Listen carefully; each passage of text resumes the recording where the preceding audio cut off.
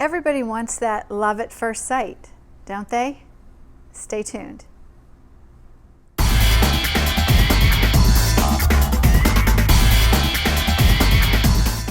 Hi, I'm Sharon Rosa and welcome back to my YouTube channel. Don't forget to subscribe at the bottom.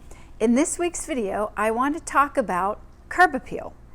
Curb appeal is what you do to your house, just like when you're going out on a date and you get all fixed up because you want to make that really good first impression. I want to talk about it in the fall or coming into the fall because it's not something that people focus on in the fall. Everyone thinks about it in the springtime because you might have some stuff out there from wintertime that needs cleaned up and the flowers are blooming and pictures look really great in the spring. But they also can look really great in the fall, and curb appeal is always important no matter what time of the year you're going to put your house on the market. So I just want to run through some of the things you can do to increase your curb appeal. So first, make sure that you mow that grass, that you trim any hedges so they don't look unruly, and clean up around the yard. If you have kids and there are toys, or if you're things that you are using to trim with, or weed whackers or whatever are out in the yard, make sure that's all cleaned up. Second, pay attention to your front door. If you have chipping paint or really faded stain on it, that is going to be noticed when the real estate agent is walking to your door because your lockbox is probably there, and those potential buyers are standing on the porch or the stoop or whatever you have out front, and they're looking at your front door. Make sure that you put fresh stain on it if it's a wood finish. If you paint it, if it needs painted, make sure you paint it. And something that people don't think about, but I notice, and I really notice it because my buyers that will be standing behind me as I'm fiddling with, the key trying to get in, they will notice if there's cobwebs or a bee's nest and things like that. So make sure you stand outside your front door and look at it like a potential buyer would look at it. And if there's something wrong or something needs fixed, make sure you do it. Another thing they notice is if you have concrete and there's like green mold on it, if you have a power washer, power wash that away. If you don't have one, you might want to rent one to get rid of that, or just scrub it. But make sure that that first impression standing outside your house before they walk in is a good one. Third, you want to check that your porches, decks, and railings are secure, and also that they look good. If you have wood railings, you don't want them to be splintered. Make sure that that is taken care of.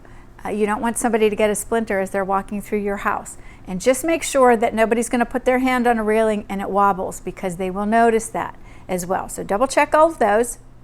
Fourth, wash those windows. I know people don't do it on a regular basis. I remember when I was little, my dad always washed the windows at least twice a year.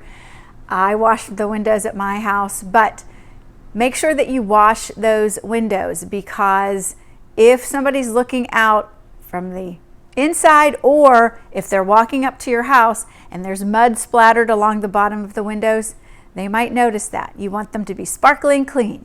If you have holes in your screens, either patch them or think about getting a new screen. Or if you don't want to do that, take the screens out.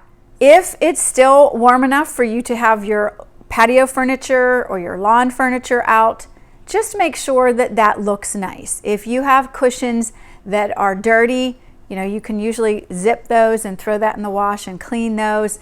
If you have metal that's painted, if you want to touch up the spray paint on those. But people are going to look at that outdoor space, and yes, we pay attention to what it looks like inside, but sometimes we forget that outdoor space is really important to people today. So you want that furniture. If it's a grill, make sure that's cleaned up. Whatever's out there, make sure that it looks nice and clean and neat. And if it needs repaired, make sure that you do that. If you don't want to repair it, or if you're going to get rid of it anyhow, then go ahead and get rid of it before people are coming through the house. Or if you have a shed or somewhere to put it, take that furniture down early and put it in storage. Next, if you have fences or a fence, just check it. Does it need painted?